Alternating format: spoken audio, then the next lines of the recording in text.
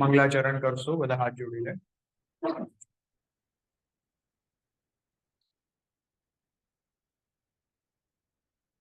નમો હરિહંતાણં નમો સિદ્ધાણં નમો આયર્યાણં નમો ઉવજાયાણં નમો લોહે સવ્વસાહૂણં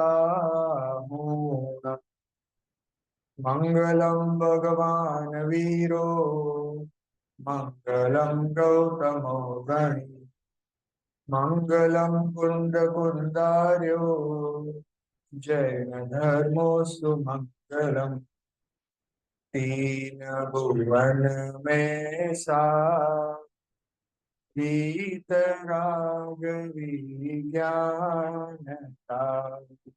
शिव स्वरूप शिव का नमः त्रियोग संहारी. આ ત્રણ ભુવનમાં સાર શું છે કે વિતરાગતા અને વિજ્ઞાનતા એ સાર છે. એના સિવાય વિશ્વમાં બધું અસાર છે.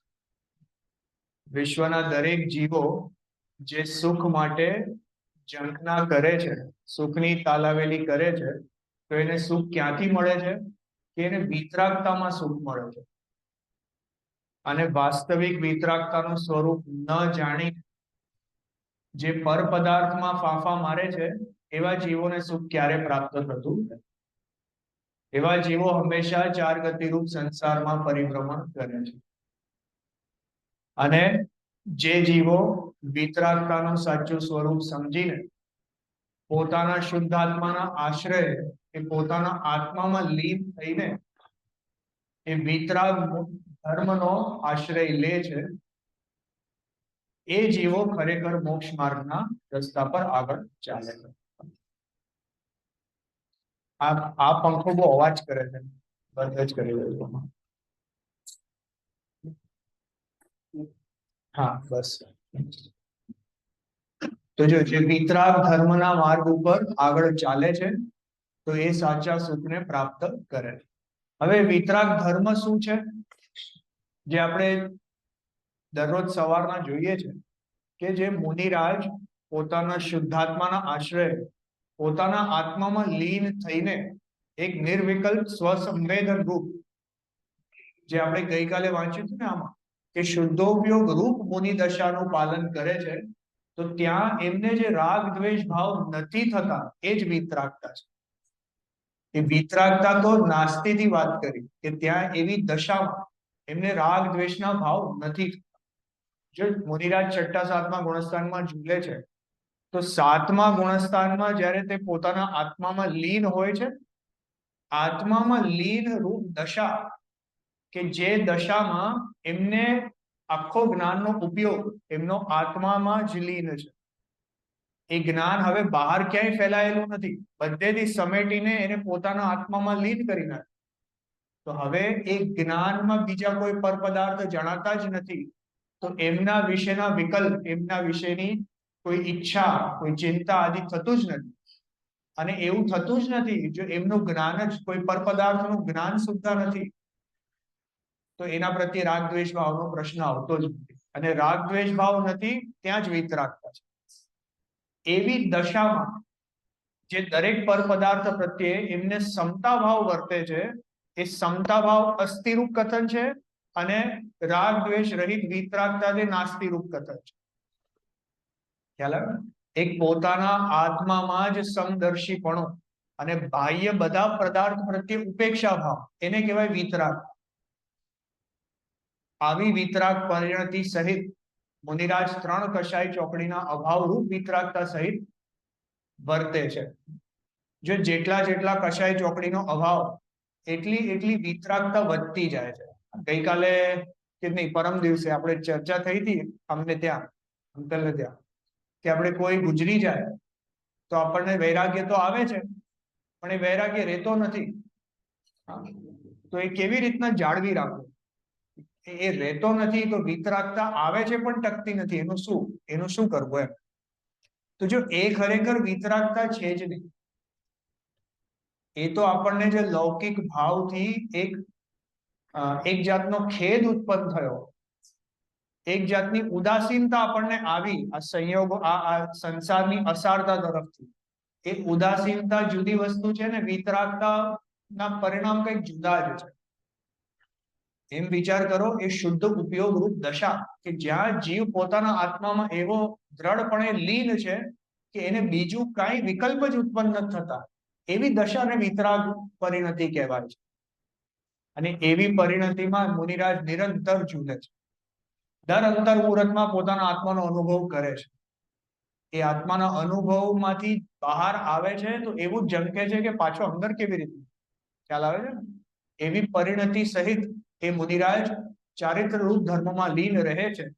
એમના જે 10 લક્ષણો છે એની આપણે અહીંયા 10 લક્ષણ પર્વમાં ઉજવણી કરીએ છીએ. એમાં આજે ઉત્તમ આર્જવ ધર્મ છે ને, માયાચારીથી રહિત ઉત્તમ આર્જવ ધર્મ, એની ચર્ચા તો આપણે સવારના કરી. તો આપણે ગઈકાલે જે મુનિરાજનું વાસ્તવિક જીવન કેવું હોય છે એ મોક્ષ માર્ગ પ્રકાશકના આધારે થોડું ડિટેલમાં આપણે એને સમજ્યા કે મુનિરાજ કેવા છે કે પોતે શુદ્ધ ઉપયોગ જ એમનો એકમાત્ર કર્તવ્ય છે, નિરંતર શુદ્ધ ઉપયોગમાં જ વર્તે છે. મુનિરાજને એકમાત્ર આવશ્યક હોય તો એ શુદ્ધ ઉપયોગ જ એમનો આવશ્યક છે.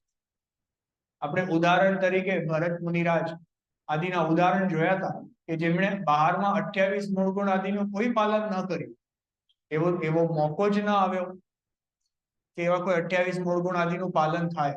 પણ એના વગર પણ જે વિતરાગતાની આરાધના સહિત એ મુનિરાજ કેવડી પદને પામવા માટે લાયક છે, એમને કેવડી પદને પામી શકે છે. અને જે ફક્ત 28 મૂળ ગુણનું જ પાલન કરે છે બહારમાં, તો એવા તો દ્રવ્યલિંગી મુનિરાજ ઘણા જોવામાં આવે છે.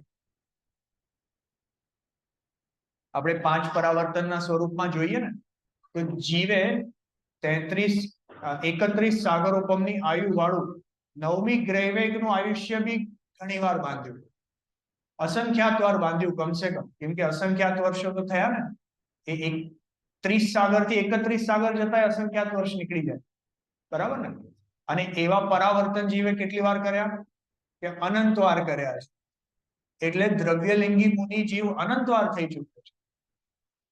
અને એ જ્યાં સુધી શુદ્ધ 28 મૂળ ગુણનું પાલન અને ઇવન તત્વની જે એને જાણપણું સાચું ન હોય, ગ્રહિત મિથ્યાત્વનો ત્યાગ ન હોય, ત્યાં સુધી એટલા ઉત્કૃષ્ટ શુભાવ બી ન થાય કે આવી ઊંચી ગ્રહવેગની દશા પ્રાપ્ત થાય. તો બોલો આપણે કેટલી વાર આ કરી ચૂક્યા છે, ખ્યાલ આવે છે કે નહીં? પણ જે એકમાત્ર કર્તવ્ય છે કરવા લાયક એ ન કર્યું, અને એની ભૂલમાં એટલા અનંત પ્રયાસ પણ આપણા એમને એડે ગયા. એ શું કર્તવ્ય છે કે આ હું આત્મા છું એવો નિર્ણય કરીને એમાં જે લીન થવાનું હતું એ સાઈડ પર રહી ગયું ને બાકીની ક્રિયાઓમાં આપણે રહી ગયા. ખ્યાલ આવે છે? તો જે ભાવલિંગી મુનિરાજ હોય છે, જેમને અંતરમાં એવી વિતરાગતા વર્તે છે, એમનું બાહ્ય જીવન કેવું હોય છે એ બતાવવા માટે ત્યાં 28 મૂળ ગુણનું વર્ણન કરવામાં આવ્યું હતું. ખ્યાલ આવે છે ને? એ મુનિરાજે 28 મૂળ ગુણ પાળવા જોઈએ એવું ત્યાં ડાયરેક્ટિવ એટલે કે એવું કઈ આદેશ નહોતો કે આમ કરવું જોઈએ. ખ્યાલ આવે છે ને? પણ એ મુનિરાજ જો અંતરમાં જેની એવી પરિણતિ હોય તો એનું બહારમાં સહજ આવું જીવન હોય છે એ બતાવવા માટે ખાલી ત્યાં એ 28 મૂળ ગુણ બતાવ્યા. તો એનું અત્યાર સુધી આપણે ઊંધી માન્યતા લઈ લીધી કે આ જ પાલન કરવું જોઈએ. ખ્યાલ આવે છે કે નહીં? પણ જો 28 આપણે સવારના નિમિત્ત નૈમિત્તિક સંબંધની બહુ વાત થઈ, તો એ 28 મૂળ ગુણ એ નિમિત્ત રૂપે એ ત્યાં હોય છે ખાલી, જ્યાં જેની અંતરમાં એવી પરિણતિ હોય છે મુનિરાજની, એવી વિતરાગી પરિણતિ હોય, તો બહારમાં નિમિત્ત રૂપે આવા 28 મૂળ ગુણ એમને હોય છે. જો આજે આપણે છઠ્ઠી દાળની શરૂઆત કરીએ છીએ, એ 28 મૂળ ગુણ કેવા હોય છે એની આપણે 1 થી લઈને લગભગ 6 ગાથા સુધી એનું વર્ણન આવે છે. એમાંથી આપણે થોડીક ગાથાઓ આજે જોશું. જો શરૂઆત આપણે કરીએ છીએ, આમાં 28 મૂળ ગુણના નામ બધાને ખ્યાલ છે? જો 5 મહાવ્રત હોય છે, પછી 5 સમિતિ હોય, પછી 5 પ્રકારના ઇન્દ્રિયના વિજય, 6 આવશ્યક હોય અને 7 પ્રકારના અન્ય ગુણો હોય છે, અદંત ધોવન, અસ્નાનતા આદિ. એ જેમ જેમ આપણે વાંચતા જશું તો એક એક આવતા જશે. આપણે પૂજ્ય ગુરુદેવશ્રીનું આજે છઠ્ઠી ડાળનું જે પહેલું પ્રવચન છે એ સાંભળ્યું, કેમ કે ગઈકાલે આપણે બીજું અલગ પ્રવચન મુકાઈ ગયું હતું. તો આજે આપણે પહેલી અને બીજી ગાથાનું વર્ણન સાંભળ્યું. તેમ બેંગ્લોરમાં તમે કદાચ આગળ ત્રીજી ને ચોથી ગાથાનું વર્ણન સાંભળ્યું હશે. કાંઈ વાંધો નહીં, આપણે બધા સિંક થઈ જશું. તો જો આજની જે ગાથાઓ છે એમાં 5 મહાવ્રત અને સમિતિઓનું વર્ણન આવે છે. જો આપણે ગાથા પાઠ કરીએ અને પછી એમાંથી થોડું એક એક એનું સ્વરૂપ જોશું. પહેલી ગાથા, અહિંસા, સત્ય, અચૌર્ય, બ્રહ્મચર્ય મહાવ્રતના લક્ષણ. જો સૌથી પહેલા મુનિરાજને મહાવ્રતો હોય છે અને જે શ્રાવક હોય પંચમ ગુણસ્થાન વર્તી એમને અણુવ્રત હોય છે. જે ચોથા ગુણસ્થાન વર્તી અવ્રતી શ્રાવક હોય એને કયા વ્રત હોય છે? એને કોઈ વ્રત નથી હોતા, કેમ કે અવ્રતી છે. અવ્રતી છે એટલે એમને કોઈ વ્રત નથી હોતા. જેમને અણુવ્રત છે એટલે દેશ વ્રત છે, પાર્શિયલ વ્રતો છે, તો એમને અણુવ્રત કહેવાય છે. અણુ એટલે થોડા. અને જે મુનિરાજ છે એમને સકલ સંયમી કહેવાય છે. આપણે 5મી ઢાળની શરૂઆતમાં જ ગાથા આવે છે ને, મુનિ સકલ વ્રતિ બળભાગી, ભવ ભોગન તે વૈરાગી, વૈરાગ્ય ઉપાવન માહી, મુનિ ચિંતે અનુપ્રેક્ષા. મુનિરાજ કેવા હોય છે કે સકલ વ્રતિ, અને સકલ વ્રતિની સાથે કેવા છે? બળભાગી છે. બળભાગી એટલે મહાભાગ્યવાન જીવ છે. મહાભાગ્યવાન છે. આપણે જેની પાસે પૈસા આદિ હોય એ ભાગ્યવાન, કે એ મુનિરાજ તો અપરિગ્રહી, સાવ ગરીબ, એમની પાસે કંઈ જ નથી. તો ભાગ્યવાન કોણ? આપણી પાસે તો બધા સંયોગો છે ને મોજૂદ. તો ભાગ્યવાન આપણે કે મુનિરાજ? જો મુનિરાજ ભાગ્યવાન છે કે એમની પાસે અંતરની લક્ષ્મી છે. અંતરંગમાં જે શાંતિ અને જે સુખ છે એ મુનિરાજ પાસે છે. અને આપણે કેવા છે કે બહારના સંયોગો તો આપણી પાસે ઘણા છે, પણ જાણે એ સંયોગોની અગ્નિમાં જાણે બળી રહ્યા છે ને એવા છે. તો જો આ છે છઠ્ઠી ઢાળની આ ગાથા, પહેલી ગાથાનો પાઠ કરીએ. ષટકાય જીવન હનન તે સબ વિદ દરબહિન સાટરી, રાગાદિ ભાવ નિવારતે હિંસા ન ભાવિત અવતરી, जिनके नलेश मृषान जल मृणहु विनादियोग है, 8 सहस विद शीलधर चिद ब्रह्म में नित रमी रहे. જો મુનિરાજના 28 મૂળ ગુણમાં સૌથી પહેલા 5 મહાવ્રત આવે છે. કયા 5 મહાવ્રત છે? અહિંસા મહાવ્રત, સત્ય મહાવ્રત, અચૌર્ય મહાવ્રત, બ્રહ્મચર્ય મહાવ્રત અને અપરિગ્રહ વ્રત. જો આપણે થોડું થોડું શ્રાવકનું સ્વરૂપ પણ જોતા જશું સાથે. જ્યાં અણુવ્રત હોય છે ત્યાં કેવી રીતના વંચાય આપણે? તો અહિંસા અણુવ્રત, પછી સત્ય અણુવ્રત, અચૌર્ય અણુવ્રત, બ્રહ્મચર્ય અણુવ્રત અને પરિગ્રહ પરિમાણ વ્રત. ખ્યાલ આવે છે ને? એ શબ્દમાં થોડોક ફેર પડે, પણ એ શબ્દ આપણને ઇન્ડિકેટ કરે છે કે એમને કઈ જાતના ત્યાં વ્રતો છે. ત્યાં પરિગ્રહ પરિમાણ છે, કંટ્રોલ્ડ પરિગ્રહ છે, અને અહીંયા કેવું છે કે અપરિગ્રહ છે. ખ્યાલ આવે છે કે નહીં? તો જો મુનિરાજને અહિંસા કેવી છે ત્યાંથી શરૂઆત કરીએ. તો જો પહેલી 2 ગાથા છે લાઈનની એ અહિંસા વ્રતની છે. ષટકાયન જીવન હનન તે સબવિધ દરવ હિંસા ટરી. મુનિરાજને 6 કાયના જીવોની હિંસાનો ત્યાગ છે. આ 6 કાય કયા કયા છે? કયા કયા છે? હા, પૃથ્વી ગાય, બરાબર. આ 5 પ્રકારના સ્થાવર અને એક પ્રકાર ત્રસનો, બરાબર. ત્રસમાં 2 ઇન્દ્રિય, 3 ઇન્દ્રિય, 4 ઇન્દ્રિય, પંચેન્દ્રિય બધા એક સાથે લઈ લીધા. અચ્છા, 5 સ્થાવરને જુદા જુદા લીધા, ત્રસને કેમ એક સાથે લઈ લીધું? આમ કેમ બીજી રીતે કેમ ન લીધું? એક સ્થાવર લેવું જોઈએ ને, એક સ્થાવર, પછી 2 ઇન્દ્રિય, 3 ઇન્દ્રિય, 4 ઇન્દ્રિય, 5 ઇન્દ્રિય, એમ કરવું જોઈએ ને. તો 5 પ્રકારની હિંસા એમ આવવું જોઈતું હતું. આ ઉલટું કેમ લીધું?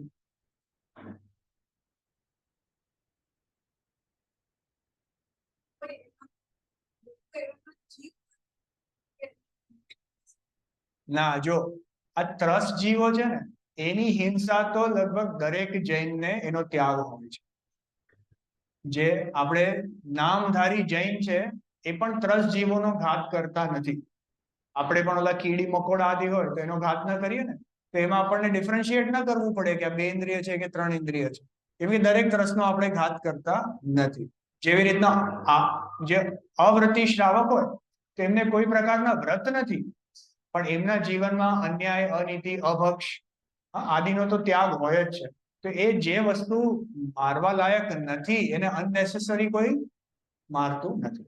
પણ જે પંચમ ગુણસ્થાન વર્તી શ્રાવક છે, એ પંચમ ગુણસ્થાન વર્તી શ્રાવકને જે અણુવ્રતધારી છે, તો એમને ત્રસ્ત જીવોની હિંસાનો ત્યાગ છે, પણ સ્થાવરની હિંસાનો ત્યાગ હજી નથી.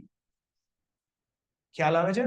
એમને ત્રસ્તની હિંસાનો તો ત્યાગ છે, અને નિયમપૂર્વક ત્યાગ છે. એટલે આપણી જેમ સમજો, આપણે એક્ઝામ્પલ તરીકે આપણે ઘરમાં ગળના બાંધ્યા હોય અને પછી કાઢવાનું ભૂલી ગયા રાત્રે, પછી જરા બેડ પર સુવા ગયા અને પછી આપણને યાદ આવ્યું, અરે ગળનું તો રહી ગયું. પછી આપણને શું વિચાર આવે? અરે ચાલશે, જવા દો ને, શું કે એક દિવસમાં શું થાય છે, ચાલે કે નહીં? જો ત્યાં એ ગળનું જેમ સુકાઈ જાય તો એની અંદર જે પાણીની અંદર જે ત્રસ્ત જીવો હતા એ ગળનાની અંદર ભરાઈને ત્યાં મૃત્યુ પામે છે. હવે એ જે મૃત્યુ પામે એનો દોષ કોને લાગે? એ આપણા પ્રમાદને કારણે થયા ને, એટલે હિંસાનું પાપ આપણને લાગે. તો આવો પ્રમાદ એ વ્રતી શ્રાવકને હોતો નથી. એને ત્યાં નિયમપૂર્વક એ હિંસાનો ત્યાગ છે. એટલે એમનું જીવન એટલું સાવચેત હોય છે કે ત્યાં એક પણ ત્રસ્ત જીવોની હિંસાનો ત્યાં દોષ લાગતો નથી. ખ્યાલ આવે ને?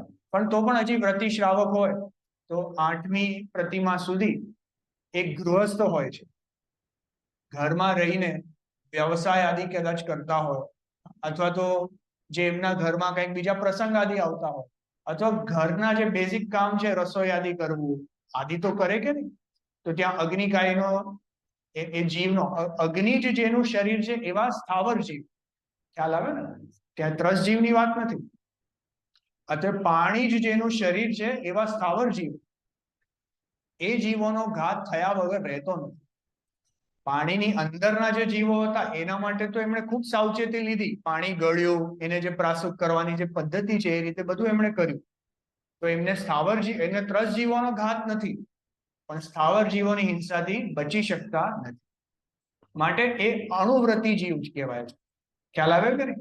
એમને અણુવ્રતી કહેવાય. હવે મુનિરાજનું સ્વરૂપ કેવું છે કે મુનિરાજને કોઈ ઘરના આવા આરંભ પરિગ્રહ પણ નથી. મુનિરાજ તો જંગલ નિવાસી છે. એમને કોઈ એવા આરંભ પરિગ્રહ, એવા કોઈ આડંબર જ એમને નથી કે જેમાં સ્થાવર જીવોની પણ હિંસા થઈ શકે. તો જો પૃથ્વીની હિંસા ક્યારે થાય?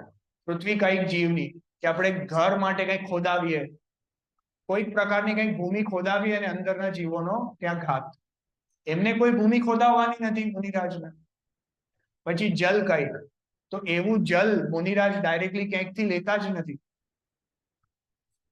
જો મુનિરાજને જ્યારે આહાર લેવા જાય ત્યારે 1 વાર પાણી પીએ દિવસમાં, 1 જ વાર પાણી પીએ, એના સિવાય દિવસમાં બીજું પાણી જ ન પીએ. બરાબર? અને એ જે શ્રાવક એમના કમંડલમાં ત્યાં ઉકાળેલું પાણી ભરીને આપે એ એમને શુદ્ધિ માટે કામ આવે. આ 2 સિવાય મુનિરાજને બીજો કોઈ પાણીનો યુઝ જ નથી. તો પાણી એમને ઓટોમેટિક લેવાનો કઈ કારણ નથી. ખ્યાલ આવે ને? એટલે નદી આદિ કે તળાવ આદિમાંથી પણ પાણી લેતા નથી. એટલે એમને ત્યાં જલકાય જીવોનો પણ એનો કોઈ દોષ નથી. પછી અગ્નિ કાયક, તો મુનિરાજને અગ્નિ તો બાળવાની જ ન હોય. વાયુ કાયક, હવે વાયુ કાયકમાં એવું છે કે મુનિરાજ જાણે આમ પંખો નાખે પોતાને, એવા કઈ પ્રમાદરૂપ કાર્ય કરતા નથી. તો એને કારણે ત્યાં કોઈ વાયુ કઈક જીવોનો હિંસા થઈ જાય એવું ત્યાં એમને બનતું નથી. હવે નેચરલી જે વાયુ વાય છે અને સમજો એમના શરીરને અથડાઈને ત્યાં વાયુ કઈક જીવની હિંસા થાય તો એમને દોષ નથી, કેમ કે એનું કોઈ એમનું એમાં મુનિરાજના કોઈ પ્રમાદરૂપ કે હિંસાના પરિણામ હોય કે પ્રમાદના પરિણામ હોય એવું કઈ ત્યાં છે. એ તો નેચરલી એ જીવોનો ઘાત થવાનો જ હતો, એમનું આયુષ્ય હશે એ રીતે થાય. અને વનસ્પતિ કાંઈ તો મુનિરાજ કાંઈ આવી રીતના પત્તા પાન આદિ કાંઈ તોડતા નથી, ફૂલ આદિ કાંઈ તોડતા નથી, તો ત્યાં એમનો પણ ઘાત થતો નથી. એટલે મુનિરાજને 5 પ્રકારના સ્થાવર જીવોની પણ હિંસાનો ત્યાગ છે. અચ્છા, મુનિરાજ જંગલમાં ચાલતા હોય તો નીચે ત્રસ જીવ હણાઈ જાય કે નહીં, કોઈ કીડી આદિ કંઈક નાના જંતુ હોય તો મરી જાય કે નહીં? તો જો મુનિરાજ એટલા સાવચેત હોય છે કે એમને એવા જીવનો પણ હાથ થતો નથી. આપણે ઈરિયા સમિતિમાં જોશું ને કે આગળ 4 ભૂમિ હાથ જોઈને ચાલે છે, માટે એમને એવા જીવોની પણ હિંસા થતી નથી. દિવસમાં જ ચાલે છે, દિવસમાં જ વિહાર કેમ કરે? કેમ કે દેખાઈ શકે, રાતના વિહાર કરતા નથી. પછી સમજો એવી બહુ ઓવરકાસ્ટ આદિ કન્ડિશન હોય જ્યાં એવું ઘણા જીવોની ઉત્પત્તિ થવાની યોગ્યતા હોય તો એવા કાળમાં પણ એ ગમન કરતા નથી. ઓલા પગદંડી હોય એ પગદંડીમાં કોઈ લીલ શેવાળ કે એવું કઈ હોય ને, અલગે એવું કઈ ફંગસ કે એવું કઈ, તો એના પર ચાલીને જતા નથી, કોઈ ઘાસ પર ચાલતા નથી, માટે એમને એવા ત્રસ જીવોની પણ હિંસાનો દોષ લાગતો નથી. માટે મુનિરાજને ષટ કાય એટલે 6 કાયના જીવોની હિંસાનો એમને ત્યાગ છે. હા, જો આપનો પ્રશ્ન છે કે બધા ત્રસજીવ દેખાઈ શકે, હવે ન દેખાય એવા હોય તો સમજો માટી પર ચાલતા હોય અને માટીની નીચે અમુક જીવો હોય તો જો મુનિરાજ પોતાથી થઈ શકે એટલી તો કોશિશ કરે. હવે એમને અમુક બેક્ટેરિયા આદિ એના માટે જ ઓલી પીછી રાખી છે એમણે. એ પીછી જે હોય એનો પર્પસ શું છે કે ક્યાંય પણ એમને ઉઠવા બેસવાનું હોય અથવા કોઈ એમને આદાન નિક્ષેપણ આદિ હોય ને, મલ આદિનો એમને ત્યાગ કરવાનો હોય, કોઈ શાસ્ત્ર કંઈક પુસ્તક આદિ લેવું હોય અથવા કંઈક મૂકવું હોય અને જમીન પર કોઈક એવા જીવો હોય અથવા બહુ સૂક્ષ્મ હોય છે, ન દેખાતા હોય તો પણ એ પીછીથી એને પરિમાર્જન કરવાની કોશિશ કરે છે. ત્યાં એવા જીવો હોય છે દેખાય નહીં પણ એ પીછીથી કદાચ હટાવી દે અને પછી શાસ્ત્ર રાખે છે. એટલે થઈ શકે એટલી સાવચેતી રાખે છે. અને એના પછી પણ સમજો ત્યાં મોક્ષમાર્ગ પ્રકાશકમાં એક ઉદાહરણ આપ્યું કે સમજો મુનિરાજ વિહાર કરે છે, 4 હાથ જોઈને ચાલે છે અને ત્યાં સમજો મુનિરાજે ડગલું માંડ્યું અને હજી નીચે પગ મૂકવાના જ છે ત્યાં સડનલી કોઈ જીવ આવીને ત્યાં જ આવીને પડી ગયું એમ, અને મુનિરાજનો પગ એના પર પડે તો એનો દોષ મુનિરાજને લાગે કે નહીં? જો ત્યાં મોક્ષમાર્ગ પ્રકાશકમાં હિંસાના 2 કારણ કીધા. એક તો કીધું પ્રમાદ અને એક બીજું કીધું કષાય લગભગ હવે યાદ નથી આવતું.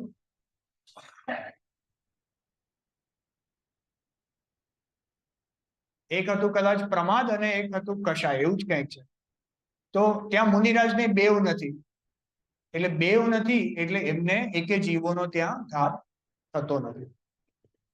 હવે જેવી રીતના જો આપણે આહારદાનનો ટોપિક છે ને કે હવે મુનિરાજ આહારદાન લેવા જાય છે. હવે મુનિરાજ તો જેના ઘરે આહાર લેશે તો એ આહાર બનવામાં તો હિંસા થઈ કે નહીં, તો એનો દોષ મુનિરાજને લાગે કે નહીં? તો જો એના પણ અમુક નિયમો છે કે મુનિરાજ માટે સ્પેશિયલી આહાર બનેલો હોય તો ક્યારે ન લે, એને ઉદ્દિષ્ટ આહાર કહેવાય. એમના માટે સ્પેશિયલી પાણી ઉકાળાયેલું હોય એવું કઈ હોય તો ક્યારે ન લે.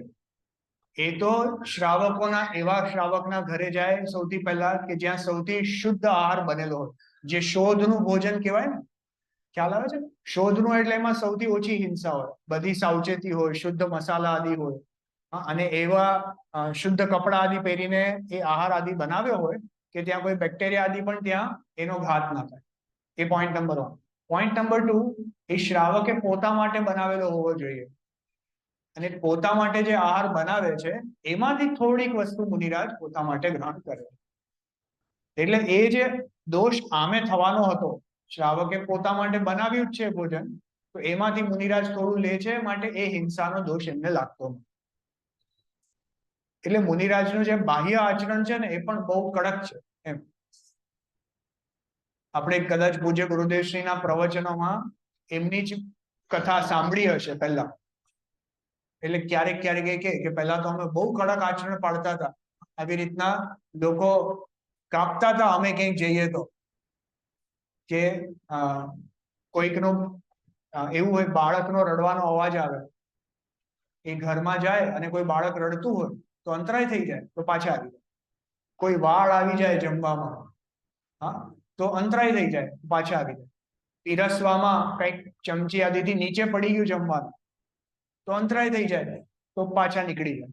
ખ્યાલ આવે છે ને? એ ઘરમાં કોઈને રોગ થયો હોય, કોઈને એવી જાતની વેદના હોય કે વેદનાથી અવાજ નીકળી જાય, ચીસો નીકળી જાય, આ બધાથી અંતરાય થઈ જાય તો નીકળી જાય પાછા મુનિરાજ. ખ્યાલ આવે છે ને? ખબર પડી કે એ જે આહાર બનાવ્યો છે અને એમને ખબર પડી ગઈ હતી કે અમારા આવવાના છે મુનિરાજ, તો અંતરાય થઈ જાય. આવા ઘણા બધા નિયમો છે મુનિરાજના આહારના.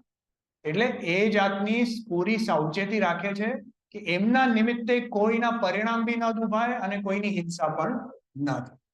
તો જો આ સેકન્ડ પોઈન્ટ એ પરિણામનો છે. આ પહેલું આપણે શું જોયું કે દ્રવ્ય હિંસા જોઈ ને, સબ વિધિ દરવ હિંસા ટરી. આ દ્રવ્ય હિંસા છે કે 6 કાયના જીવોની હિંસા એમને કારણે થતી નથી. અને બીજો પોઈન્ટ, રાગાદિ ભાવ નિવારતે હિંસાન ભાવિતવત, કે પોતાના પણ રાગાદિ ભાવોનું નિવારણ કરે છે, જેનાથી ભાવ હિંસા પણ નથી થતી. જો મુનિરાજની પરિણતિ તો આપણે જોઈએ જ શરૂઆતમાં કે એમની અંતરંગ પરિણતિ કેવી હોય છે કે રાગાદિ ભાવોથી પૂરી રીતે નિવૃત્ત છે. જેવી રીતના સમયસારજી પરમાગમમાં સમ્યક દ્રષ્ટિ ધર્માત્માને બંધ છે જ નહીં એમ કહી દેવામાં આવે ને, કે જે જ્ઞાની છે એ જ્ઞાનીના ભોગ કેવા છે કે નિર્જરાના કારણ છે. જ્ઞાનીના ભોગ કેવા છે? નિર્જરાના કારણ છે, એમને કોઈ જાતના બંધ થતા જ નથી. એ તો એક ઉપચારથી કહેવાની ભાષા છે, જો સમજજો. કેમ કે જેટલા કશાયના ભાવથી બંધ થતા હતા એમાંથી 99% થી બી વધારે બંધ તો મિથ્યાત્વને કારણે થતો. હવે જે બાકી બચ્યું બહુ થોડું છે, તો એ થોડું છે જાણે નથી એમ કહીને થતું જ નથી એમ કહી દેવામાં આવ્યું. કોના માટે? કે જે હજી તો ચોથા ગુણસ્થાન વર્તી જ્ઞાની છે એમને. તો હવે જે છઠ્ઠા સાતમા ગુણસ્થાન વર્તી મુનિરાજની તો શું વાત કરીએ, એમને તો બસ એક સંજોલન બચી ગયું છે. એટલે 99.9999 એ બધું તો બંધ થઈ ગયું, હવે બસ આટલું બાકી છે. ખ્યાલ આવે ને? તો મુનિરાજને એટલા રાગાદી ભાવ છે એમ કહેવું એ પણ જાણે ઉપચાર માત્ર છે. કેમ કે જો અડધો ટાઈમ તો સાતમા ગુણસ્થાનમાં છે તો ત્યાં તો કોઈ રાગ દ્વેષના ભાવ નથી, નિર્વિકલ્પ અવસ્થા છે. અને જ્યારે છઠ્ઠા ગુણસ્થાનમાં આવે છે તો મુનિરાજને નિયમથી અશુભ ભાવ તો હોતા જ નથી. અશુભ ભાવનો ખાલી સત્તા 5મા ગુણસ્થાન સુધી જ છે. તો છઠ્ઠા ગુણસ્થાનમાં અશુભ ભાવ થતા જ નથી, ખાલી શુભ ભાવ જ એમને થાય છે. તો શુભ ભાવમાં ખાલી પુણ્ય બંધ થાય છે. ખ્યાલ આવ્યો કે નહીં? પણ એ પુણ્ય બંધ પણ એક જાતનો રાગાદી ભાવ છે ને, એટલે એમનાથી પોતાના જીવનો તો ઘાત થાય છે કે જે 5 પાંડવોમાંથી 2 પાંડવો ગયા ને સર્વાર્થ સિદ્ધિ, તો કેને કારણે ગયા? કે ત્યાં એમણે એક સમયનો શુભ ભાવ કર્યો કે આ વડીલ મુનિરાજોને શું થતું હશે. એ શુભ ભાવમાં પોતાના પરિણામોનો ઘાત થયો કે નહીં? એ પોતાના પરિણામોના ઘાતનું ફળ છે સર્વાર્થ સિદ્ધિ. સર્વાર્થ સિદ્ધિ પુણ્યનો ઉદય નથી.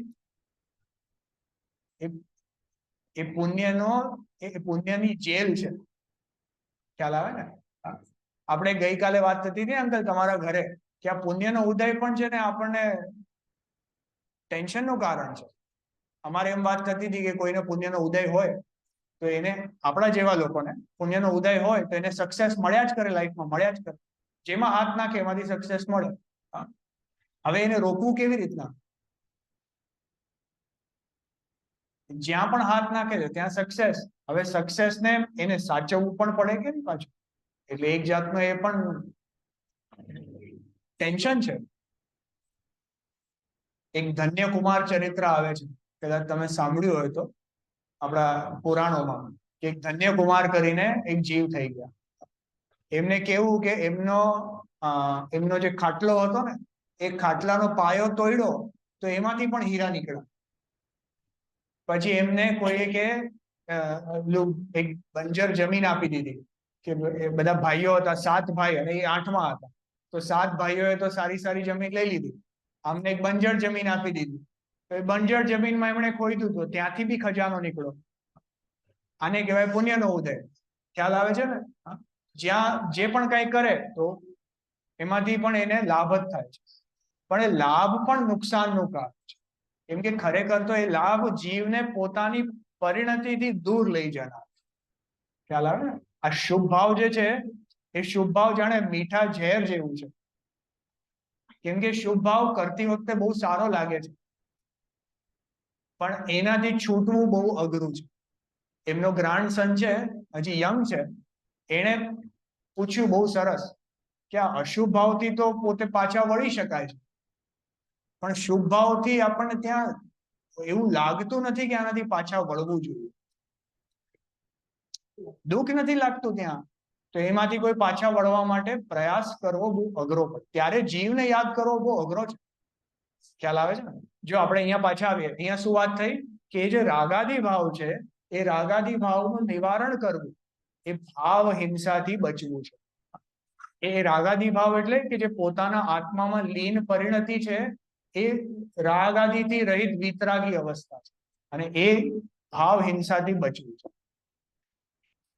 જો આમાં જ્યાં જ્યાં રાગાદી ભાવ છે, એ કયું શાસ્ત્ર છે ખ્યાલ નથી, પણ આપણે આવે છે ને કે રાગાદી ભાવની ઉત્પત્તિ તે જ હિંસા છે, અને રાગાદી ભાવની ઉત્પત્તિ ન થવી તે જ અહિંસા છે.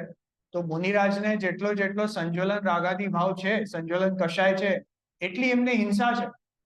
કોની હિંસા? કે પોતાની જ હિંસા છે. ખ્યાલ આવ્યો ને? પછી જો આગળ આપણે જો સાથે ભાવાર્થ વાંચતા જઈએ છે, તો નિશ્ચય સમ્યક દર્શન પૂર્વક સ્વ સ્વરૂપમાં નિરંતર એકાગ્રતા રૂપ રમી રહે છે, તે જ એ જ મુનિપણું છે. મુનિપણું શું છે? કે સ્વ સંવેદન સહિત પોતાના સ્વરૂપમાં એકાગ્ર રીતે રમી રહે છે. એવી ભૂમિકામાં નિર્વિકલ્પ ધ્યાન રૂપ 7મું ગુણસ્થાન વારંવાર આવે જ છે. એમને 6ઠું 7મું એમ નિરંતર ઝૂલ્યા કરે છે. 6ઠ્ઠા ગુણસ્થાનના કાળે તેમને 5 મહાવ્રત, નગ્નતા, સમિતિ વગેરે 28 મૂળ ગુણના શુભ ભાવ હોય છે. જો 28 મૂળ ગુણના ભાવ હોય છે, કરે છે એમ નથી લખ્યું. શું લખ્યું? હોય છે. કેમ કે એવું એમનું બહિરંગ આચરણ ઓટોમેટિકલી જોવામાં આવે છે. પણ તેને તેઓ ધર્મ માનતા નથી. તેને તેઓ ધર્મ માનતા નથી. એ તો હવે એમનું જીવન જ એ જાતનું છે ને, હવે એને શું ધર્મ માન? જેવી રીતના સમજો કે આપણે હવે વર્ક પર જતા થઈએ, તો આપણે વર્ક ઉપર ગાડી લઈને જઈએ ને, અથવા આપણે બીજું કઈ ટ્રાન્સપોર્ટેશન લઈને જઈએ. તો જ્યાં સુધી ઘરે હતા ત્યાં સુધી કોઈ ગાડી આદિ નહોતા વાપરતા. તો હવે ગાડી વાપરીને આપણે ઓફિસમાં જઈએ છે, તો એ ગાડીમાં ઓફિસમાં જવું એ કઈ આપણું કામ થોડી કહેવાય. એ કામ નો કહેવાય ને. It is just a part of our travel એમ.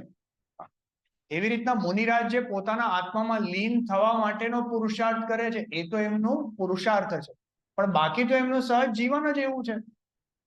એમનું જ એવું, એ જાતનું જ એમનું જીવન છે. પણ તેને તેઓ ધર્મ માનતા નથી, તથા તે કાળે પણ તેમને 3 કશાય ચોકડીના અભાવરૂપ શુદ્ધ પરિણતિ નિરંતર વર્તે છે. જો આ એક વસ્તુ સમજવા લાયક છે. એક છે શુદ્ધ ઉપયોગ અને એક છે શુદ્ધ પરિણતિ. હવે આ બેમાં શું ફરક એ જરા સમજી લઈએ. જો એમ સમજીએ કે આપણે આપણું એજ્યુકેશન કરી રહ્યા છે.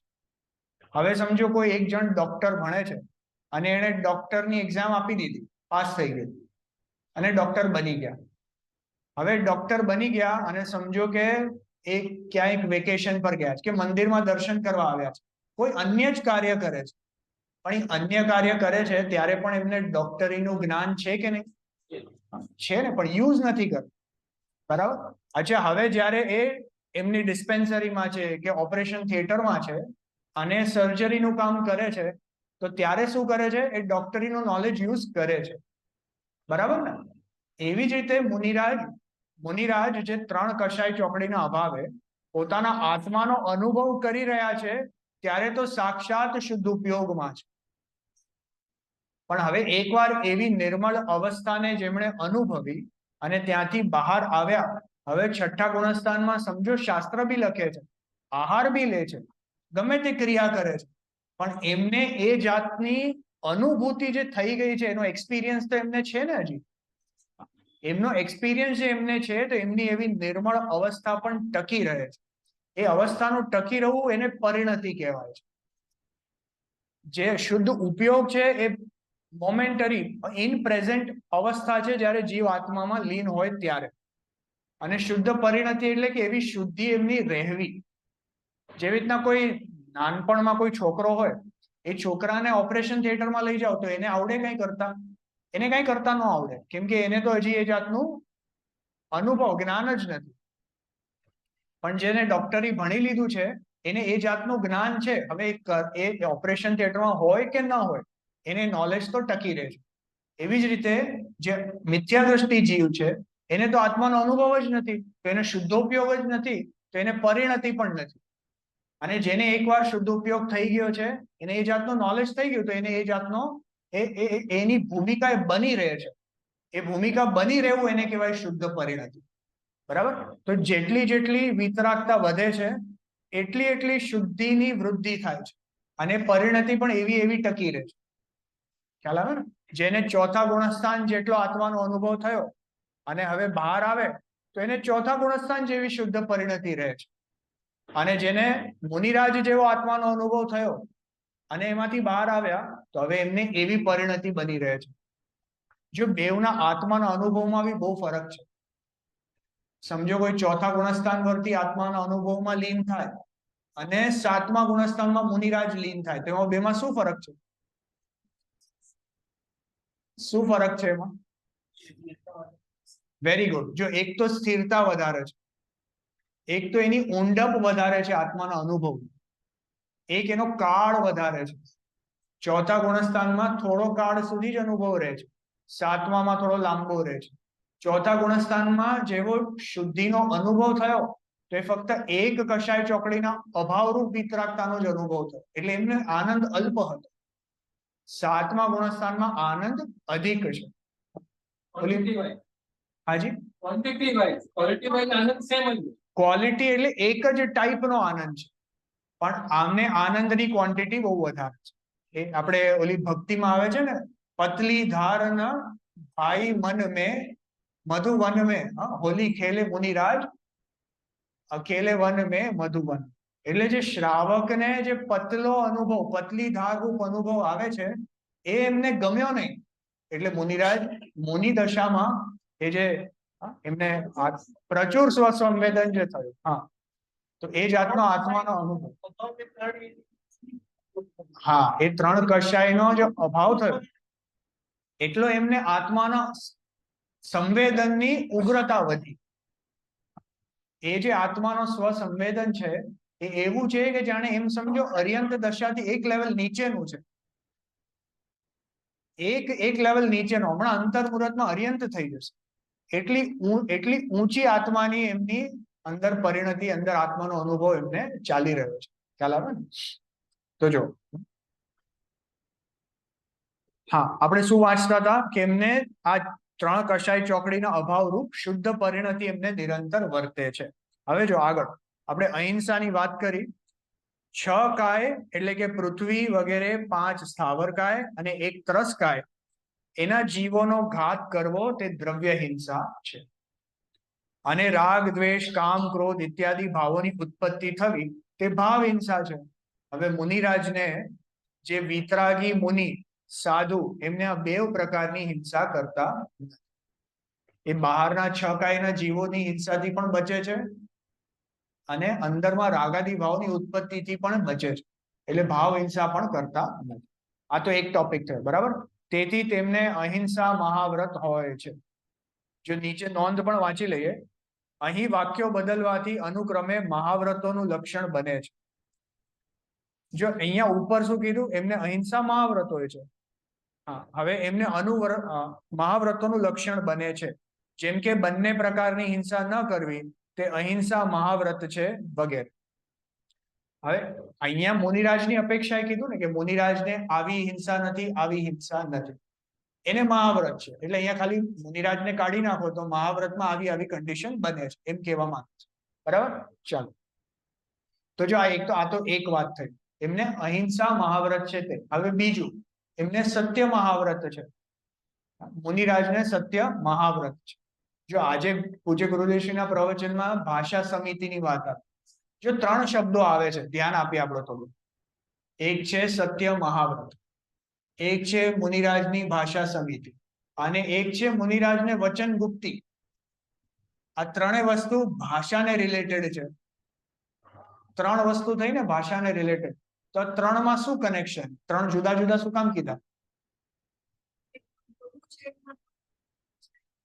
હા, બહુ સરસ. જો જે મુનિરાજ છે એ જ્યારે પોતાના આત્માના અનુભવમાં લીન હોય છે, 7મા ગુણસ્થાનમાં હોય છે, એવી પરિસ્થિતિમાં, એવી અવસ્થામાં એમને બોલવાનો ભાવ જ નથી થતો. જ્યાં એ બોલવાનો ભાવ જ નથી થતો એને વચન ગુપ્તી કહેવાય છે. ગુપ્તી 3 પ્રકારની છે: મન ગુપ્તી, વચન ગુપ્તી, કાય. તો આત્માના અનુભવની નિર્વિકલ્પ સ્વસંવેદન રૂપ દશામાં કાયાથી ગમન કરવાનો ભાવ ન થવો એને કહેવાય કાય ગુપ્તી. મનથી બીજા કોઈ વિકલ્પ જ ઉત્પન્ન ન થવા એને કહેવાય મનોગુપ્તી. અને વચનથી બોલવાનો ભાવ ઉત્પન્ન ન થવો એને કહેવાય વચન ગુપ્તી. જો કાયા, મન અને વચન, આ તો 3 પૂતગલની અવસ્થા છે. 3 પૂતગલ છે ને. કાયા એટલે ઔદારિક શરીર છે, મન એટલે એ મનોવર્ગણાથી બનેલું છે, અને વચન એ ભાષા વર્ગણાથી બનેલું છે. 3 વસ્તુ પૂતગલ છે. પણ એ વસ્તુને પરિણમાવવાનો ભાવ કોને આવે છે? એ જીવને આવે છે. તો એ જાતની ઈચ્છા ઉત્પન્ન થવી કે કાયાથી હું ગમન કરીને વિહાર કરું, અથવા તો મનથી કંઈક વસ્તુનો, ભગવાનની સ્તુતિનો વિચાર કરું, અથવા વચનથી કોઈકને ઉપદેશ આપું, આવા ભાવ મુનિરાજને કયા ગુણસ્થાનમાં થાય છે? 6ઠા ગુણસ્થાનમાં જ થાય છે. જ્યારે એ શુભ ભાવમાં હોય છે ત્યારે જ એમને આવા ભાવ થાય છે. 7મા ગુણસ્થાનમાં આવા કોઈ ભાવ થતા જ નથી. તો 7મા ગુણસ્થાનમાં મુનિરાજને વચન ગુપ્તી હોય છે. બરાબર? અચ્છા, જ્યાં 6ઠા ગુણસ્થાનમાં આવ્યા અને સામે કોઈ જીવો બેઠા છે, પાત્ર જીવો છે, અને મુનિરાજને જો એમના પ્રત્યે કરુણાનો ભાવ આવે તો એમને હિત મિત પ્રિય એવો પોતાના એમના કલ્યાણનો ઉપદેશ આપે છે. મુનિરાજ સામેથી કોઈને કોઈ ઉપદેશ આપે જ નહીં. ખ્યાલ આવે ને? સમજો કે મુનિરાજ કોઈ મંદિરમાં આવે દર્શન કરવા, આવે ને ક્યારેક મુનિરાજને તીર્થંકર ભગવાનની સ્તુતિ આદિ એમના આવશ્યક ગુણ છે.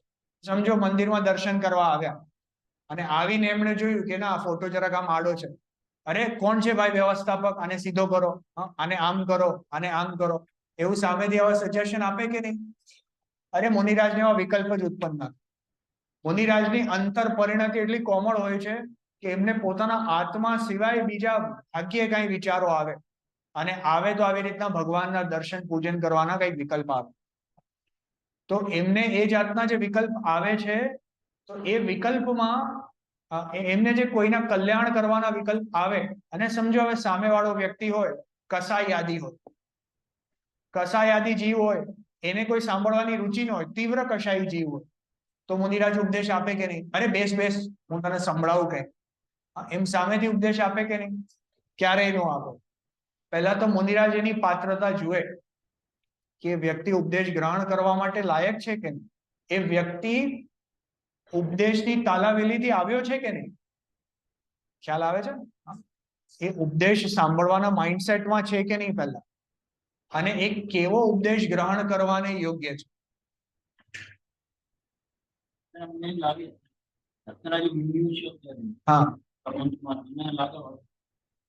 હા, આપનો પ્રશ્ન છે કે અત્યારના જે મુનિઓ છે હમણાં પંચમહારાના, એમને આ બધી વાત લાગુ પડે કે નહીં? જો મુનિરાજનું સ્વરૂપ કોઈ કાળ ઉપર આધારિત નથી. મુનિરાજનું તો જેવું સ્વરૂપ છે આવું જ છે. જે જીવ આવું સ્વરૂપ પાડે છે એને મુનિ કહેવાય છે. જે આવું નથી પાડી શકતા એ મુનિ નથી કહેવાતા. બરાબર છે ને? જો આપણે વાત શું ચાલતી હતી કે એ મુનિરાજ સમજો કોઈ જીવ આવીને બેઠો હોય અને અત્યંત અદ્રિક જીવ હોય અને એ સાંભળવાની અને પોતાનું કલ્યાણ કરવાની યોગ્યતા વાળો હોય તો જ મુનિરાજ એમને ઉપદેશ આપે છે. એ ઉપદેશ જે આપે છે તો સત્ય ઉપદેશ જ આપે છે, કોઈ આડો ઓડો કે કોઈ ખોટો કે કોઈ રાઉન્ડ અબાઉટ એટલે માયાચારી ભરેલો ઉપદેશ આપતા નથી. જેવી વાત એના કલ્યાણ માટે યોગ્ય છે એવી વાતનો જ એને ઉપદેશ આપે છે. એ સત્ય મહાવ્રત છે. અને જે હિત મિત પ્રિય મીઠી વાણીમાં ઉપદેશ આપે છે એ એમની ભાષા સમિતિ છે. ખ્યાલ આવ્યો કે નહીં? એક એટલે ભીલની કથા આવે છે કે ભીલ હતા, એ ભીલને મુનિરાજના દર્શન થયા. જંગલમાં મુનિરાજ હતા, ભીલ તો એમને મારવા જતા હતા. ત્યાં એની રાણી હતી, એને એને રોક્યા કે અરે આ તો કોઈ મહાપુરુષ લાગે છે, કોઈ વન દેવતા લાગે છે એમ. તો ત્યાં જઈને એમના દર્શન કર્યા અને એ જીવના પરિણામ થોડા મંદ થયા દર્શન કરીને.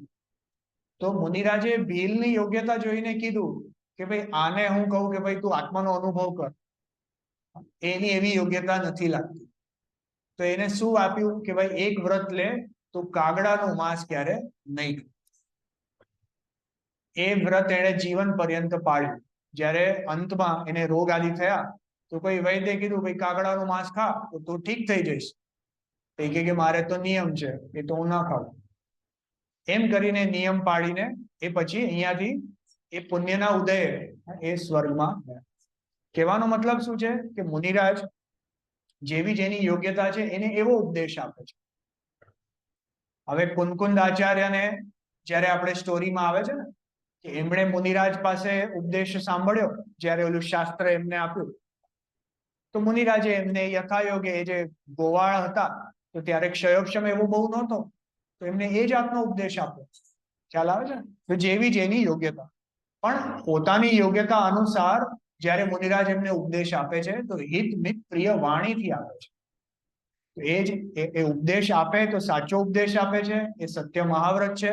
અને હિત મિત પ્રિય વાણી એ એમની ભાષા સમિતિ છે. જો આગળ વાંચીએ આપણે સેકન્ડ પોઈન્ટ જે છે ને એની ઉપર, સ્થૂળ કે સૂક્ષ્મ એ બંને પ્રકારનું જૂઠું બોલતા નથી, તેથી તેને સત્ય મહાવ્રત હોય છે. મુનિરાજના જીવનમાં ક્યારે જૂઠું બોલવાનો તો કોઈ પ્રશ્ન આવતો જ નથી. હા, એવો કઈ પ્રશ્ન પૂછે કે જેનાથી એમને અસમંજસ્ય થાય, એટલે કે એનો આન્સર આપવાથી કોઈનું બુરું થવાનું હોય તો આન્સર જ ન આપે, મૌન રહે. એવી પણ એક સ્ટોરી આવે છે કે કોઈ હરણ આદિ કોઈ હતું અને મુનિરાજ બેઠા હતા, એ હરણ અહીંથી ભાગીને ગયું, પાછળથી એક શિકારી આવ્યો કે ઓલો હરણ ક્યાં ગયું?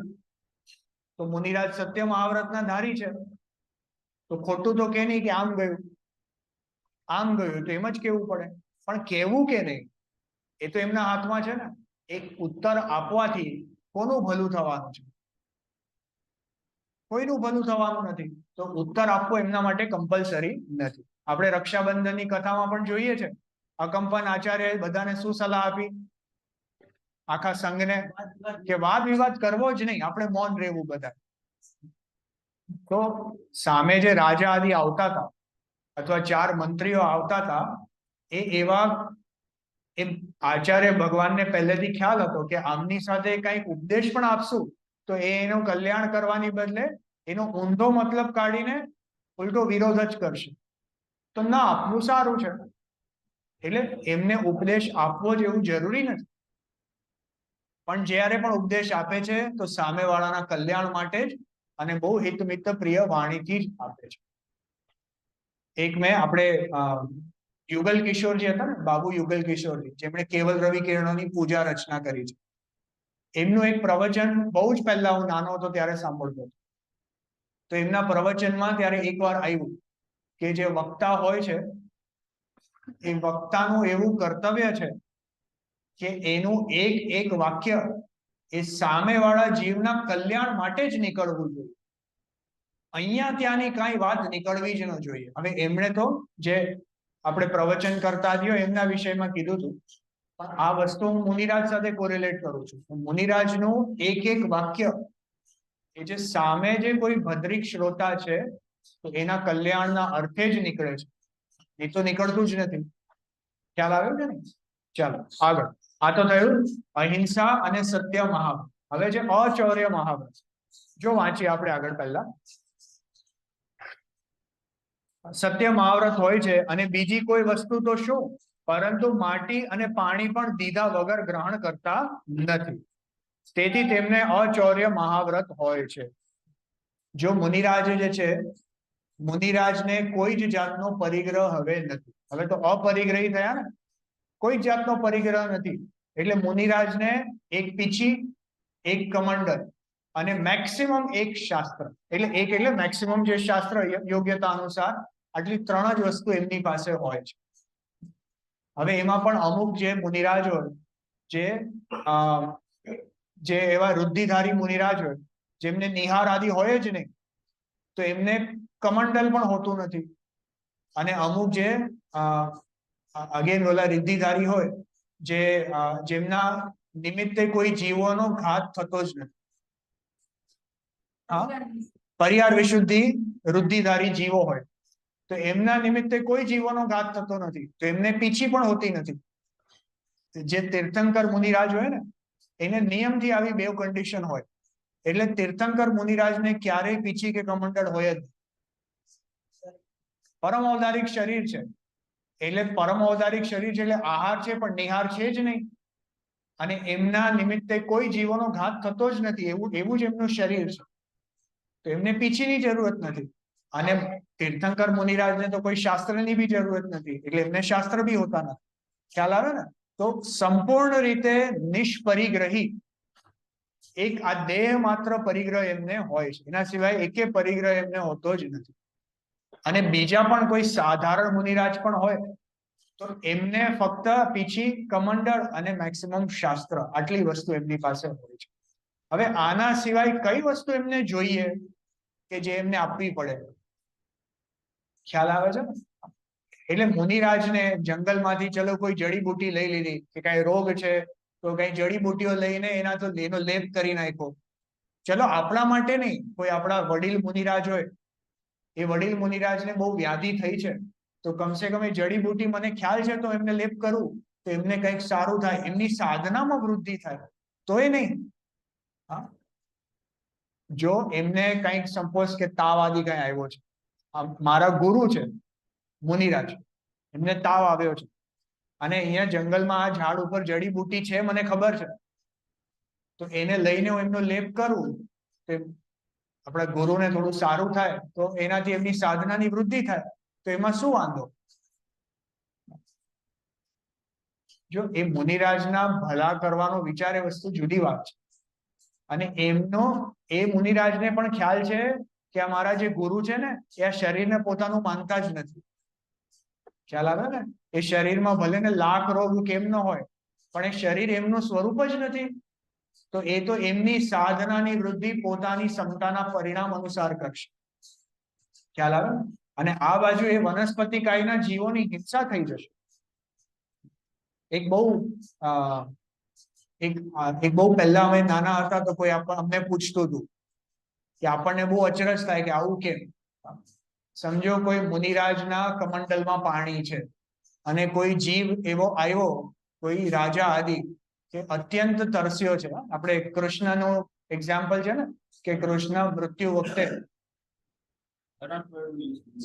ના હરણની વાત નથી, એ જુદું. કૃષ્ણ મૃત્યુ વખતે એમને અત્યંત તરસ લાગી હતી ને, સમજો એ ત્યાં આવે અને મુનિરાજ બેઠા હોય, અને મુનિરાજના કમંડલમાં પાણી પણ છે, ઓલો એકદમ મરણાંતક છે, અને પાણી પાણી પાણી એમ બોલે છે, તો પોતાના કમંડલમાંથી એને પાણી પીવડાવે કે નહીં? નો પીવડાવે. કેમ કે જો એને પાણી પીવડાવશે તો કદાચ એને આ જન્મમાં એ મૃત્યુના કદાચ પરિણામ મંદ થઈને એના કશાય મંદ થશે, એટલું જ થશે ને, એને બીજો શું ફાયદો થશે? પણ એ મરણાંતક વ્યક્તિને જો એ જીવ ત્યારે બોધ આપશે, કઈ ધર્મનો બોધ આપશે, અને એ સાંભળશે કે તું આત્મા છે એમ નક્કી કર, અને કદાચ ત્યાં આત્મા રૂપે પરિણમી જાય, તો એનો તો જન્મ જન્માંતરનો ત્યાં અંત આવી જશે. તો મુનિરાજ એને વધારે મોટું અમૃત પીવડાવે છે. એ તુચ્છ લૌકિક પાણી એને પીવડાવતા નથી. ખ્યાલ આવે કે નહીં? તો જો મુનિરાજની તો અજબ ગજબની એ બધી એવી એમની પરિણતિ છે. આપણે અચૌર્યની વાત કરતા હતા, તો મુનિરાજને કોઈ અન્ય પદાર્થની જરૂરત જ નથી, તો એ કોઈની પાસે કઈ પદાર્થ લેવાનો કઈ પ્રશ્ન જ આવતો નથી. માટે દીધા વગર માટી અને પાણી. જો માટી અને પાણી કેમ લીધા બે? કેમ કે એ એબન્ડન્ટલી અવેલેબલ છે નેચર. જંગલમાં છે માટી તો એમ જ ફ્રી છે, પાણી પણ ઝરણામાંથી એમ જ ફ્રીલી મળે છે.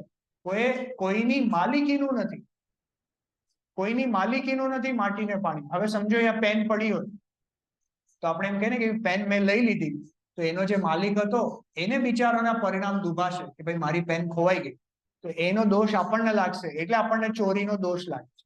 પણ ત્યાં માટી ને પાણી તો કોઈની માલિકીનું બી નથી. પણ એવી વસ્તુ પણ મુનિરાજ એમને લઈ લેતા જ નથી, કેમ કે એમને જરૂરત જ નથી. માટે એમને ત્યાં અચૌર્ય મહાવ્રત છે. પછી જો આગળ, શિયળના 18,000 દોષનું સદા પાલન કરે છે. શિયળ એટલે અહીંયા શીલના, જે શીલના 18,000 દોષ કહેવાય છે, એટલે કે ઉત્કૃષ્ટ રૂપે બ્રહ્મચર્યનું પાલન કરે છે. એમાં જો બે પ્રકારનું બ્રહ્મચર્ય છે. એક તો બ્રહ્મ સ્વરૂપ આત્મા, એ પોતાના આત્મામાં જ ચર્યા કરે છે, એમાં જ રમે છે, નિરંતર એમાં જ ડૂબી રહે છે, એને બ્રહ્મચર્ય કહેવાય છે. એ વાસ્તવિક બ્રહ્મચર્ય છે. એની સાથે સાથે બાહ્યમાં આ શરીર આદિથી પણ બ્રહ્મચર્યનું પાલન કરે છે. એટલે જે 5 ઇન્દ્રિય છે ને, એ 5 ઇન્દ્રિયના વિષયોમાં રમતા નથી બહુ. આંખેથી કઈ બહુ સુરમ્ય એવું દ્રશ્ય કોઈ પર્વત પર જઈને મરે એટલું સરસ બ્યુટીફુલ સીનરી છે, એનો નજારો જુએ, કાનથી એવા કોઈ સુંદર રાગ આદિ સાંભળે, નાકથી એવા કોઈ સુંદર ફૂલોની સુગંધમાં ડૂબી જાય, આવા કોઈ પરિણામોમાં મુનિરાજ લોભાતા જ નથી. શરીરથી પણ બ્રહ્મચર્ય આદિ પાળવું, કોઈ સ્ત્રી આદિના સમાગમમાં આવતા નથી. તો આ જાતનું બ્રહ્મચર્યનું ઉત્કૃષ્ટ પાલન એ મુનિરાજ કરે છે. એમ આપણે કહીએ ને કે 9 કોટીએ બ્રહ્મચર્યનું પાલન કરે છે. એ શીલની 9 વાળ આવે છે, તમે સાંભળી હશે કદાચ. ન સાંભળી હોય તો આપણી 10 લક્ષણની પૂજામાં જે બ્રહ્મચર્યની પૂજા આવશે ને એમાં આવશે પાછળ એ 9 વાળ, વાંચશું આપણે સાથે. તો જો ત્યારે એ બ્રહ્મચર્યનું પાલન કરે છે. તો શિયળના 18,000 દોષનું સદા પાલન કરે છે અને ચૈતન્ય રૂપ આત્મ સ્વરૂપમાં લીન રહે છે. તેથી તેને બ્રહ્મચર્ય અર્થાત આત્મસ્થિરતા રૂપ મહાવ્રત હોય છે. જો ફરીથી મહાવ્રત કોને કીધું? આત્મસ્થિરતા રૂપ મહાવ્રત છે. આ બહારમાં અહિંસા પાડે છે, અચૌર્ય પાડે છે, પરિગ્રહથી દૂર રહે છે એટલે એમને મહાવ્રત છે એમ નથી. એ તો ઓટોમેટિકલી પડાઈ જાય છે, પણ એ પોતાના આત્મામાં સ્થિર રહે છે, એ એમનું મહાવ્રત છે. જો બધેથી ફરીને આપણે જીનાગમમાં ક્યાંયથી પણ વાંચીએ ને તો આપણને ક્યાં લઈ આવે છે કે ઇવેન્ચ્યુઅલી તો પોતાના આત્મ સ્વભાવમાં લીનતા, એ આત્માને ઓળખવું, એ હું છું એવો નિર્ણય કરવો, એ પહેલું ડગલું સમ્યક દર્શન. એનું પોતા રૂપે જ્ઞાન કરવું, એ સમ્યક જ્ઞાન. અને ઇવેન્ચ્યુઅલી જે સાચો ધર્મ શું છે કે પોતાના આત્મામાં જ સ્થિર રહેવું, લીન રહેવું, એ ચારિત્ર રૂપ ધર્મ છે. એવા ધર્મનું મુનિરાજ નિરંતર પાલન કરે છે. તો જો આજે આપણે આ 6 ડાળાની પહેલી ગાથાના માધ્યમથી, છઠ્ઠી ડાળની, એનાથી આપણે આ 4 મહાવ્રતનું સ્વરૂપ જોયું. હજી પરિગ્રહ, અપરિગ્રહ મહાવ્રત અને પછી સમિતિનું સ્વરૂપ આપણે આગળ જોશું. આપણે 5 મિનિટ બાકી છે, 2-3 મિનિટ. કોઈને કઈ ક્વેશ્ચન હોય, અહીંયા બેંગ્લોરથી પણ કોઈને કોલ પર કઈ ક્વેશ્ચન હોય તો પ્લીઝ તમે પૂછી શકો.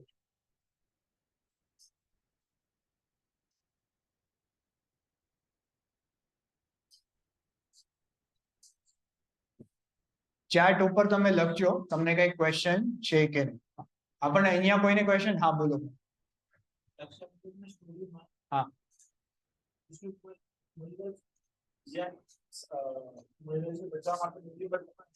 હા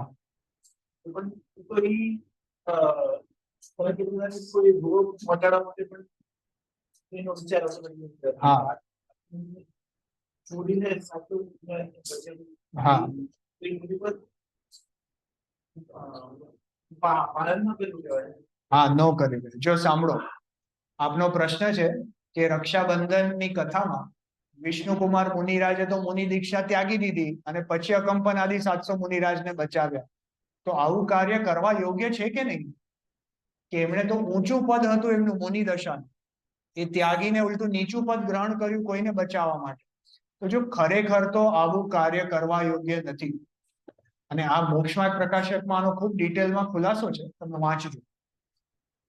ત્યાં શું કીધું કે મુનિરાજની પરિણતિ તો એવી હોય કે એ ઉપસર્ગ આવે તો પોતાના આત્મામાં વધારે સ્થિર થઈને હમણાં ને હમણાં કેવલ જ્ઞાન પ્રગટ કરી લેવું, એવી ઉત્કૃષ્ટ સાધના. એને ઓલું શું એને એક જાતનું ઓલું કહેવાય ને કે એ હવે મૃત્યુ સુધી એ એક જગ્યાએ સ્થિર થઈ જાય છે. શબ્દ હું ભૂલી ગયો. કે એ જાતની એ સલ્લેખના જેવું ત્યાં ધારણ કરે છે. એ જાતનો યોગ કંઈક ધારણ કરે છે. તો એટલે મુનિરાજની તો એવી પરિણતિ છે કે પોતાને ઉપસર્ગ આવે તો ત્યાં આવી રીતના એક જગ્યાએ સ્થિર થઈ જાય છે અને પોતાના આત્મામાં વધારે લીન થવાની કોશિશ કરે છે. એમને આ શરીર પ્રત્યે જરાય મોહ નથી. કોઈ અન્ય જીવ હોય એને આ શરીરની જરૂરત છે, મારે તો જોઈતું નથી, તો તું લઈ જા, તું મારો મહામિત્ર છે, એવા ભાવ કરીને એ ત્યાં એક જગ્યાએ સ્થિર થાય છે. અકંપનારી 700 મુનિરાજ જે હતા એ ત્યાં અગ્નિમાં એ બળી રહ્યા હતા. તો એમના જીવોએ એ 700 મુનિરાજે કોઈ છૂટવાનો પ્રયાસ કર્યો કે નહીં? તો એમણે શું કર્યું કે ત્યાં એ પ્રતિમા યોગ, એ શબ્દ હું વિચાર કરતો, પ્રતિમા યોગ ધારણ કર્યો કે એક જગ્યાએ પ્રતિમા થઈને સ્થિર થઈ જાય કે હવે જીવન રહે તો ઠીક છે, ન રહે તો હું મારી આત્મ સાધનામાં લીન થાઉં છું. ખ્યાલ આવે છે? હવે જે વિષ્ણુકુમાર મુનિરાજને એક જાતનો કરુણાનો ભાવ આવ્યો. એ કરુણાના ભાવમાં એમણે એમની પાસે વિક્રિયા રિદ્ધિ હતી, એટલે એમની પાસે શક્તિ હતી કે મુનિરાજોને બચાવી શકે. તો એમને એવો વિકલ્પ આવ્યો કે હું મુનિરાજોને બચાવું. એ વિકલ્પના જોરમાં, એ રાગ ભાવના જોરમાં એ ઊંચા ગુણસ્થાનથી નીચા ગુણસ્થાનમાં આવી. એટલે એમણે દીક્ષાનો ત્યાગ કર્યો અને મુનિરાજોની રક્ષા કરી. મુનિરાજોની રક્ષા કર્યા પછી આ જે કાર્ય થયું એનાથી એમની સાધના વધી કે ઘટી? એ વિષ્ણુકુમાર મુનિરાજની સાધના ઘટી ગઈ. કેમ કે જે દર અંતર મુહૂર્તે પોતાના આત્માના અનુભવનો આનંદ જે માણી રહ્યા હતા, હવે આટલો ગેપ પડી ગયો. ખ્યાલ આવે છે ને? અને મુનિરાજને મુનિ દશાનો એવો નિયમ હોય કે જો અંતર મુહૂર્તમાં આત્માનો અનુભવ ન થાય તો ગુણસ્થાન નીચે પડી જાય. ખ્યાલ આવે છે? એટલે એ વિષ્ણુકુમાર મુનિરાજ ચોથા કે પાંચમા ગુણસ્થાનમાં આવી ગયા છે. હવે પાછું મુનિ દશા લેવા માટે એમણે ફરીથી પ્રાયશ્ચિત કરીને મુનિ દીક્ષા ફરીથી લેવી પડી. ખ્યાલ? તમે કથા એમાં વાંચશો તો એ રક્ષા કરીને પછી એ વિષ્ણુકુમાર મુનિરાજે ફરીથી દીક્ષિત થયા અને પાછા મુનિ થયા. એટલે જો ખરેખર તો આવું કાર્ય કરવા યોગ્ય નથી. ખ્યાલ આવે છે ને? પણ જો પ્રથમાનુયોગની એવી જ શૈલી છે કે કોઈ પણ ઘટનામાંથી જે પોઈન્ટ પર પ્રથમાનુયોગને સ્ટ્રેસ કરવું હોય તો એ પોઈન્ટને હાઇલાઇટ કરીને એનું મહાત્મ્ય બતાવે છે. જે પોઈન્ટ પર સ્ટ્રેસ કરવું એનું મહાત્મ્ય બતાવે છે. જેવી રીતના જો ભરત ચક્રવર્તીની કથા છે તો એમાં મહાત્મ્ય કોનું બતાવ્યું કે એમની ઇવેન્ચ્યુઅલ જે અંતર્મુહૂર્તની સાધના છે એનું મહાત્મ્ય બતાવ્યું. કેમ કે એમને ત્યાં એ જે સાધક જીવ ઘરમાં જ વૈરાગી કેવા હતા એ બતાવવું એમને અભિષ્ટ, એને એનું પ્રયોજન. જે કૃષ્ણ હતા તો કૃષ્ણ તો એમના એ જે પરિગ્રહ હતો, એમનો 3 ખંડના ધણી હતા, એને ભોગવવાના પરિણામથી નરકમાં ગયા કે નહીં? તો પણ એમના આખા જીવનમાં હાઇલાઇટ શું કરવામાં આવ્યું કે એમણે જો કેવા શૂરવીર હતા, એમણે આવી રીતના કામદેવના પુત્ર હતા ને, તો કામદેવ જેવું સુંદર એમનું શરીર, આટલા શૂરવીર, 3 ખંડના ધણી, આવું એમનું સરસ જીવન. હાઇલાઇટ શું કરવામાં આવ્યું કે એમના સરસ જીવનને હાઇલાઇટ કરવામાં. ખ્યાલ આવે છે? જો પ્રથમાનુયોગની એવી શૈલી છે. આપણે આખા જીવન દરમિયાન જેવી રીતના એક બીજું ઉદાહરણ આપું કે હનુમાન હતા ને, હનુમાનના મમ્મી અંજના સતી, એ અંજના સતીને એમના હસબન્ડ પવનકુમાર 22 વર્ષ માટે એમને છોડી દીધા. તો પછી પાછળથી એમણે મુનિરાજને કારણ પૂછ્યું, કોઈકે પૂછ્યું કે આમ અમને 22 વર્ષ સુધી એમના પતિએ કેમ છોડ્યા અને પાછળથી એમને કેમ પાછા અપનાવી લીધા. તેમને કારણ તરીકે શું કીધું કે પૂર્વ જન્મમાં એમણે એક જિનેન્દ્ર ભગવાનની પ્રતિમા હતી, એ પોતાના ઘરમાંથી 22 મિનિટ માટે એમણે બહાર મૂકી, તિરસ્કારથી એમણે બહાર મૂકી. પછી એમને રિયલાઇઝ થયું તો 22 મિનિટ પછી ઘરમાં લઈ આવ્યા. હવે મારો પ્રશ્ન છે કે એમના આખા જીવન દરમિયાન બીજી કોઈ ઘટના નથી બની કે એક જ ઘટનાને કારણે એમને 22 વર્ષ સુધી છોડવું પડ્યું? ખ્યાલ આવે છે કે નહીં? એટલે જો પ્રતમાન યોગની એવી શૈલી છે કે કોઈ એક જ વસ્તુને હાઇલાઇટ કરી દેવામાં આવે. હવે એમના જીવનમાં એમણે ઘણા પુણ્ય પાપના ભાવ કર્યા હશે પહેલાના જન્મમાં, ખ્યાલ આવે છે ને? અને અત્યારના જે 22 વર્ષનો વિયોગ થયો એ તો ક્યુમ્યુલેટિવ ઇફેક્ટ છે. એટલે વાસ્તવિક વસ્તુ કંઈક જુદી હોય છે અને પ્રતમાન યોગની શૈલીમાં કોઈ વસ્તુને હાઇલાઇટ કરવાની એક જુદી પદ્ધતિ છે. બરાબર? ચાલો, તો જો આજે આપણે આ છઠ્ઠી દાળની પહેલી ગાથાની શરૂઆત કરી, એમાં આપણે મહાવ્રતોનું સ્વરૂપ જોવાની શરૂઆત કરી. આગળ જે એમની એરિયા સમિતિ આદિ જે છે એનું આપણે નેક્સ્ટ ટાઈમ એની ચર્ચા કરશું. જીનવાણી સુપ્રિય.